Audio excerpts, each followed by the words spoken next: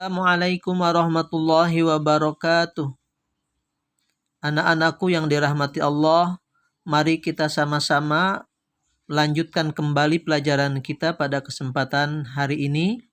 Insya Allah pada hari ini kita akan mempelajari tentang hikmah ibadah haji, zakat, dan wakaf dalam kehidupan. Untuk memulai pembelajaran kita, mari kita sama-sama awali dengan membaca basmalah bersama-sama. Bismillahirrahmanirrahim. Untuk materi yang pertama yaitu kita akan mempelajari tentang ibadah haji. Di mana di dalam ibadah haji, sub-sub yang akan kita pelajari adalah pengertian haji, kemudian hukum haji, syarat dan rukun haji, dan ada juga yang terakhir adalah keutamaan haji. Anak-anakku yang dirahmati Allah, mari kita sama-sama awali dengan pelajaran tentang haji. Di mana di dalam haji terdapat beberapa submateri. Yang pertama kita akan membahas tentang pengertian haji, kemudian hukum haji, syarat dan rukun haji, jenis-jenis haji, dan yang terakhir keutamaan haji. Untuk yang pertama adalah pengertian haji. Pengertian haji itu bisa dilihat dari dua. Yang pertama haji menurut loghah, yang kedua haji menurut istilah. Haji menurut loghah atau menurut bahasa itu berasal dari bahasa Arab yang artinya menyengaja atau menuju. Sekedar menyengaja atau menuju saja itu menurut bahasa adalah haji. Kita menyengaja ke sekolah, menuju ke sekolah. Secara bahasa itu adalah haji. Sedangkan menurut istilah, haji adalah sengaja mengunjungi Ka'bah dengan niat beribadah pada waktu tertentu dengan syarat-syarat dan dengan cara-cara tertentu pula. Jadi kalau menurut istilah ilmu fikih atau istilah fikih yang dinamakan haji itu adalah bukan hanya mengunjungi saja, tapi yang dikunjunginya itu adalah Ka'bah atau Baitullah. Kemudian selain dari mengunjungi Ka'bah juga harus memakai niat. Kalau tidak pakai niat tidak jadi. Kemudian ada syarat-syarat dan cara-cara tertentu pula. Begitu. Itu dinamakan haji menurut istilah. Yang kedua adalah hukum haji. Bagaimana hukumnya melaksanakan haji? Haji termasuk rukun Islam yang kelima. Melaksanakan ibadah haji hukumnya wajib bagi yang mampu melaksanakannya. Sementara bagi orang yang belum mampu itu tidak diwajibkan. Hal ini seperti yang diungkapkan oleh Allah, yang difirmankan oleh Allah di dalam Al-Quran surah Al-Imran ayat 97. Allahi 'alan nasi hijjul baiti man istata'a ilaihi sabila. Artinya wallahu a'lam bihaqiqatil murad. Mengerjakan haji adalah kewajiban manusia terhadap Allah, yaitu bagi orang-orang yang sanggup mengadakan perjalanan ke Baitullah. Itu inti dari surah Ali Imran ayat 97. Bahwa kita siapapun orang yang sudah mampu melaksanakan haji maka hukumnya wajib. Kemudian berapa kali wajibnya haji? Wajibnya haji seumur hidup adalah cuma 1 kali. Kalau kita mampu, kewajiban kita yang dituntut oleh Allah untuk melaksanakan haji cuma 1 kali saja. Jadi haji setelahnya, ketika kita melaksanakan haji lagi setelah haji yang pertama, maka hukumnya sunnah. Selanjutnya anak-anakku adalah syarat dan rukun haji. Syarat haji terbagi ke dalam 2 bagian, yaitu ada yang dinamakan syarat wajib haji, kemudian ada yang dinamakan syarat sah haji. Kalau yang dinamakan dengan syarat haji ialah perbuatan-perbuatan yang harus dipenuhi sebelum ibadah haji dilaksanakan. Jadi yang dinamakan syarat haji itu adalah pra pelaksanaan haji. Segala sesuatu yang harus dipenuhi pra pelaksanaan haji. Nah, apabila syarat-syaratnya tidak terpenuhi, gugurlah kewajiban haji seseorang. Para ulama ahli fikih sepakat bahwa syarat haji adalah sebagai berikut. Yang pertama adalah Islam, yang kedua berakal atau tidak gila, yang ketiga baligh, yang keempat ada muhrimnya bagi perempuan, yang kelima mampu dalam segala hal, misalnya dalam hal biaya, kesehatan, keamanan, dan nafkah bagi keluarga yang ditinggalkan. Nah, itu adalah syarat haji. Artinya segala sesuatu yang harus ada dan dipersiapkan sebelum pelaksanaan haji. Sedangkan yang kedua adalah syarat sah haji. Jadi hubungannya dengan sah atau tidaknya haji. Ini ada 4. Yang pertama adalah Islam. Yang kedua baligh. Yang ketiga berakal. Yang keempat adalah merdeka. Itu adalah syarat sah haji.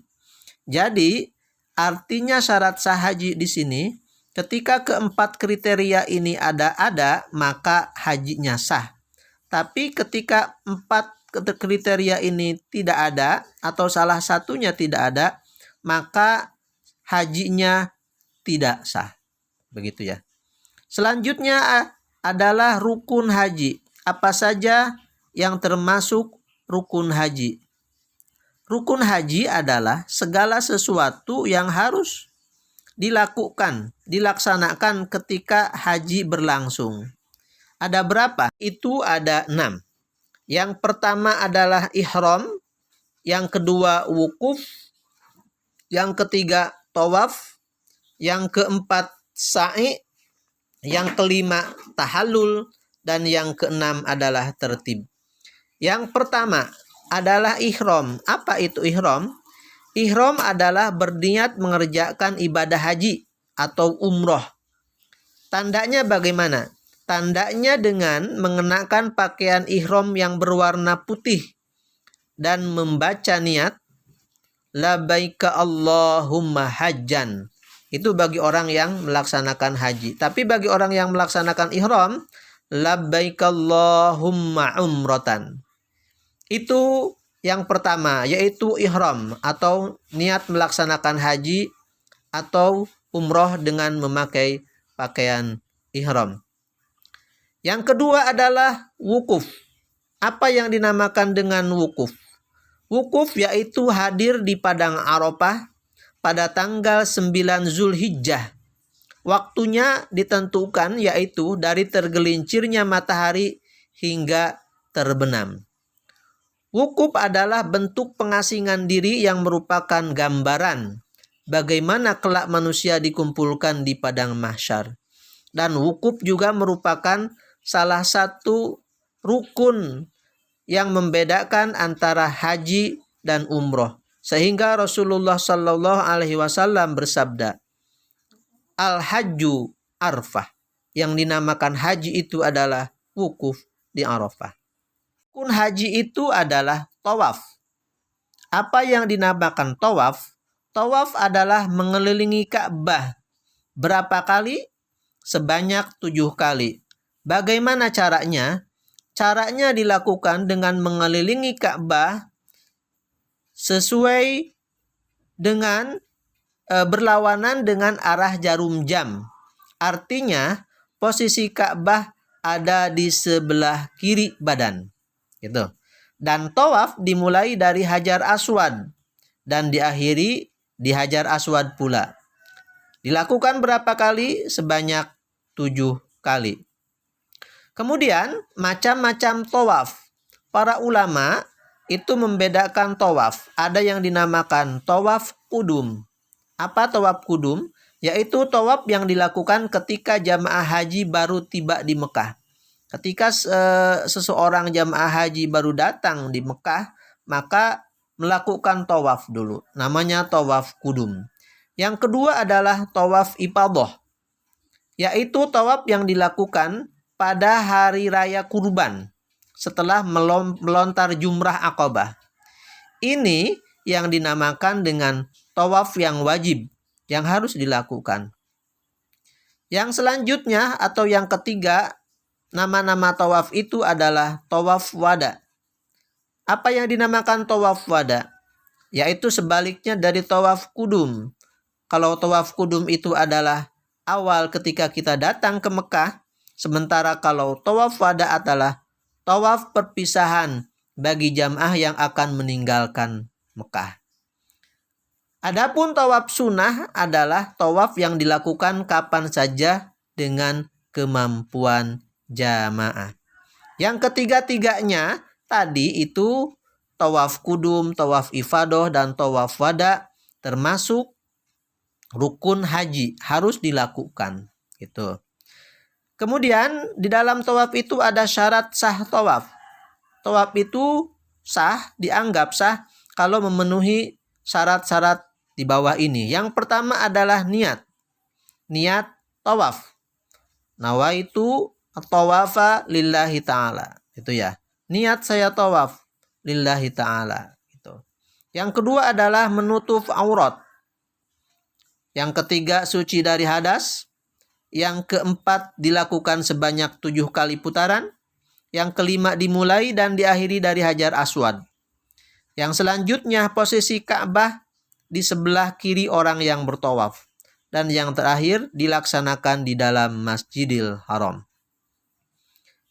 Anak-anakku yang baik hatinya, selanjutnya rukun haji itu adalah sa'i. Sa'i adalah berlari-lari kecil antara Bukit Sofa dan Bukit Marwah sebanyak 7 kali. Yang dimulai dari Bukit Sofa dan berakhir di Bukit Marwah. Sa'i dilakukan setelah pelaksanaan ibadah tawaf, gitu ya. Kemudian ada syarat-syarat sa'i. Apa saja yang termasuk syarat sa'i? Yang pertama dilakukan sebanyak 7 kali. Ya, 7 kali berawal dari Bukit Sofa dan berakhir di Bukit Marwah. Jadi dihitungnya dari Bukit Sofa ke Marwah itu 1 kali. Dari Bukit Marwah ke Bukit Sofa itu 1 kali. Kemudian yang kedua dilakukan setelah tawaf ifadah. Setelah tawaf wajib itu ya. Atau setelah tawaf kudum. Setelah tawaf ifadah atau setelah tawaf kudum. Yang selanjutnya nomor 3 menjalaninya secara sempurna. Jarak Sofa Marwah atau Marwah dan Sofa. Jadi tidak boleh di tengah. Kalau di tengah itu tidak dihitung. Dan yang keempat dilakukan di tempat sa'i karena ada mas'a namanya, nanti di tempat-tempat ada tempat sa'i di sana. Yang kelima adalah rukun haji itu tahallul. Apa tahallul? Yaitu mencukur atau memotong rambut kepala sebagian atau seluruhnya, minimal 3 helai rambut. Tahallul ini dilakukan setelah melontar Jumratul Aqabah pada tanggal 10 Zulhijjah. Atau yang disebut juga dengan tahallul awal, gitu ya. Setelah jamaah melakukan tahallul awal, ini larangan-larangan haji kembali dibolehkan, kecuali berhubungan suami istri. Tahallul sani dilakukan setelah tawaf ifadah dan sa'i. Dan yang terakhir, rukun haji itu adalah tertib, yaitu harus berurutan. Dari mulai pelaksanaan ihram hingga tahallul. Anak-anakku yang baik hatinya, selanjutnya adalah jenis haji. Jenis haji itu ada 3. Yang pertama ada yang dinamakan haji tamatu.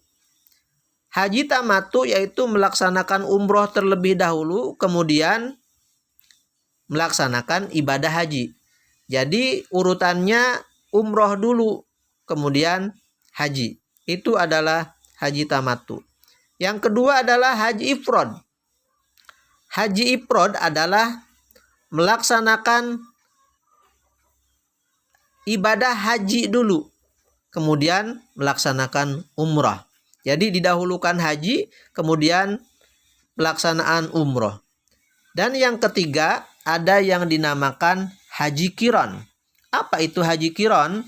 Haji qiron adalah melaksanakan ibadah haji dan umroh dengan satu kali ihram. Artinya, apabila seseorang jemaah haji memilih jenis haji ini, maka jemaah tersebut berihram dari mikot untuk haji dan umroh secara bersamaan. Itu macam-macam haji. Dan yang terakhir adalah keutamaan haji. Apa saja keutamaan haji? Yang pertama, haji merupakan amalan paling utama. Kenapa dinamakan amalan paling utama? Karena haji merupakan rukun Islam yang kelima sebagai penutup rukun Islam. Bagi hamba-hamba yang mampu, haji merupakan ibadah penutup. Kemudian haji dinamakan ibadah paling utama karena merupakan ibadah yang terdiri dari mental dan spiritual. Oleh karena itu, haji dinamakan ibadah paling utama. Yang kedua, haji merupakan jihad.